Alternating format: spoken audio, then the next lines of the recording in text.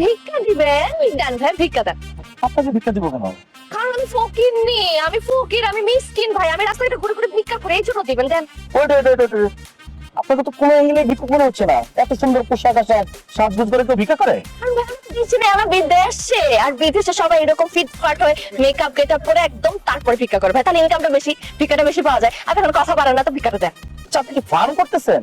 কত সুন্দর একটা মেয়ে, পোশাক আশাক কত ভালো, আপনি ভিক্ষা করবেন কেন? কারণ ভাই আমি এসি, আমার দুনিয়াতে কেউ নাই ভাই, আমার বাবা মা ভাই বোন বন্ধু বান্ধব গার্লফ্রেন্ড বয়ফ্রেন্ড নানা নানি দাদা দাদি স্বামী কেউ নাই ভাই, এই জন্য তো ভিক্ষা করতে হইতেছে। আমার ভিক্ষাটা দিবেন প্লিজ। আচ্ছা, আমি বুঝলাম আপনার এই দুনিয়াতে কেউ নাই, আপনি একদম একা, কিন্তু আপনি তো ভিক্ষা না করে কাজ করতে পারেন। আমি আপনাকে একটা কাজ ম্যানেজ করে দিই। ও আল্লাহ ভাই, আমি কাজ করতাম, কাজের মধ্যে কষ্ট বেশি ইনকাম কম, ভিক্ষার মধ্যে কষ্ট কম ইনকাম বেশি, এই জন্য করতেছি। ভাইয়া আমি বাংলাদেশের আরেকটা বাংলাদেশকে এত কথা কেন বলতেছেন? ভিক্ষাটা দেন তো। আজব মানুষ, দুনিয়াতে যে কত ধরনের মানুষ আছে।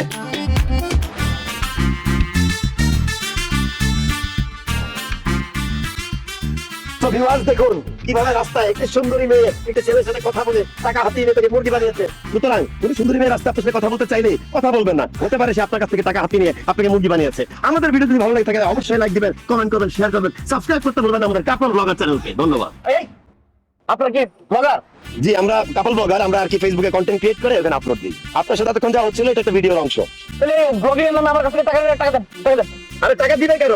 টাকা তো আপনার কাছে নিয়ে এসেছে, আজকে আমাদের ইনকাম হয়ে গেছে, কন্টেন্ট হয়ে গেছে, চল তো 1 মিনিট